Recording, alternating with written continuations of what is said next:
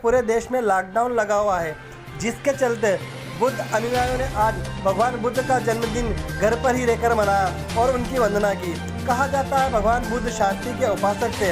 इनका जन्म लुम्बिनी में 563 ईसा पूर्व इक्ष्वाकु वंशीय क्षत्रिय शाक कुल के राजा शुद्धोधन के घर पे हुआ था। उनकी मां का नाम महामाया था, जो कोली वंश से थी। इनके जन्म के 7 दिन बाद निधन हुआ। उनका पालन महारानी की छोटी सगी बहन महा प्रजापति गौतमी ने किया। सिद्धार्थ विवाह उपरांत एकमात्र प्रथम नवजात शिशु राहुल और धर्मपत्नी यशोधरा को त्याग कर संसार को जरा मरण दुखों से मुक्ति दिलाने के मार्ग एवं सत्य दिव्य ज्ञान की खोज में रात्रि में राजपाट का मोह त्याग कर वन की ओर चले गए। वर्षों की कठोर साधना के पश्चात बोध गया में बोधि वृक्ष के नीचे उन्हें ज्ञान की प्राप्ति हुई और वे सिद्धार्थ से गौतम भगवान बुद्ध बन गए। नमो तस्स भगवतो अरहतो सम्मा सम्बुद्धस्स। नमो तस्स भगवतो अरहतो सम्मा सम्बुद्धस्स। नमो तस्स भगवतो अरहतो सम्मा सम्बुद्धस्स। बुद्धं शरणं गच्छामि, धम्मं शरणं गच्छामि, संघं शरणं गच्छामि, द्वितीयंपि बुद्धं शरणं गच्छामि, द्वितीयंपि धम्मं शरणं गच्छामि, द्वितीयंपि संघं शरणं गच्छामि, तृतीयंपि बुद्धं शरणं गच्छामि, तृतीयंपि धम्मं शरणं गच्छामि, तृतीयंपि संघं शरणं गच्छामि। पाणातिपाता वेरमणि सिक्खापदं समादियामि। अदिन्नदाना वेरमणि सिक्खापदं समादियामि। कामेषु मिच्छाचारा वेरमणि सिक्खापदं समादियामि। मूसावादा वेरमणि सिक्खापदं समादियामि। सूरामेरय मज्जपमादट्टाना वेरमणि सिक्खापदं समादियामि। सब्बपापस्य अकरणं कुशलस्य उपसम्पदा सचित्तपरियोधपम् एतं बुद्धानुशासनम्। बुद्धं नमामि, धम्मं नमामि, संघं नमामि।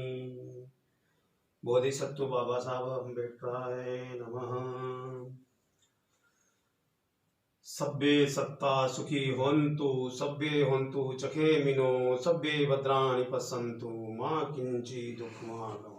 साधु साधु साधु। जय भीम, नमो बुद्धाय। आज वैशाख पूर्णिमा का दिन है और आज का दिन जो है बहुत ही पवित्र दिन माना जाता है। और आज ही का दिन हमारे लिए और भी ज़्यादा महत्वपूर्ण इसलिए हो जाता है कि भारत के कपिलवस्तु राज्य में राजा शुद्धोधन हुआ करते थे। आज से 563 ईसा पूर्व 563 वर्ष ईसा पूर्व यानी कि लगभग 2500 साल पहले राजा शुद्धोधन के घर पे एक राजकुमार ने जन्म लिया था, जो आगे जाके सिद्धार्थ बने।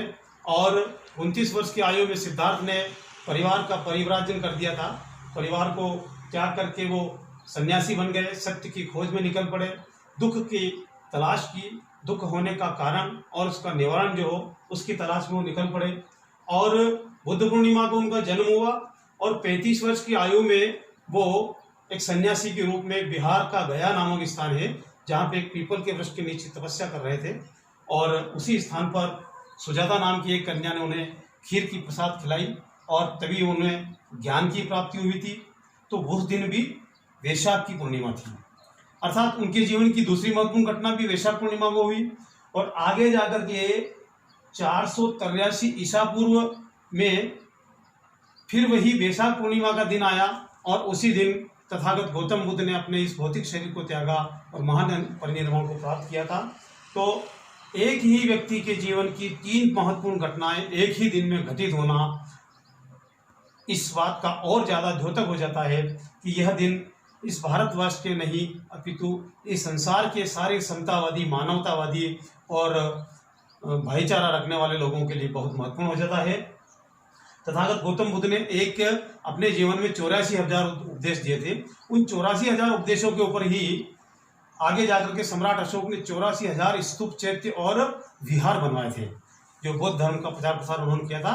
और जो बौद्ध धर्म पूरी दुनिया में फला फूला, हो सकता है भारत में उसकी कुछ परिस्थितियाँ रही हो, किंतु साथियों आज हमें घर से ही बौद्ध जयंती मनाने के पीछे का लक्ष्य ये है कि अभी पूरा विश्व जो है कोरोना के कहर से जूझ रहा है और भारत भी उससे अछूता नहीं रहा है। भारत में भी लगभग पूरे भारत देश के अंदर कोरोना वायरस जो है उसका प्रकोप छाया हुआ है। सभी अपने अपने घरों में हैं, सेफ हैं, किंतु आज भी तथागत बुद्ध के द्वारा दिया गया वैज्ञानिक और यथार्थवादी मार्ग जो है वो फल फूल रहा है। हमें गौतम बुद्ध के मार्ग पे चलना चाहिए और कोरोना जैसी महामारियां और समाज के अंदर जो बुराइयां होती है, समाज में असमानता पैदा करने वाली बुराइयां होती है, उनका विनाश करने के लिए हमें नैतिकता के मार्ग पे चल करके समतावादी विचार को अपनाना चाहिए और हम सभी को मिलकर के तथागत बुद्ध के द्वारा बताए हुए मार्ग पर चल के भारत को विश्व का पुनः एक बार सिरमौर बनाना है। आप सभी साथियों को बहुत बहुत मंगल कामनाएं बुद्ध पूर्णिमा की, वैशाख पूर्णिमा की। और आप सभी को मैं पुनः याद दिलाना चाहता हूं कि हमारे भारत में भारत संविधान निर्माता बाबा साहब अम्बेडकर जो हैं उन्होंने भी तथागत बुद्ध के धम्म को स्वीकार किया था।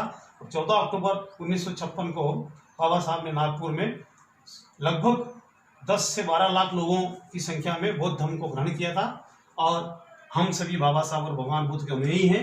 हमें तथागत बुद्ध के बौद्ध धर्म को बाबा साहब के संदर्भ में स्वीकार करना चाहिए और मानवतावादी मार्ग पर चलना चाहिए। भारत का संविधान भी जो है तथागत बुद्ध के विधानों और आदर्शों पर आधारित है। इसी के साथ हम सभी आप सभी के लिए मंगल कामना करता हूँ।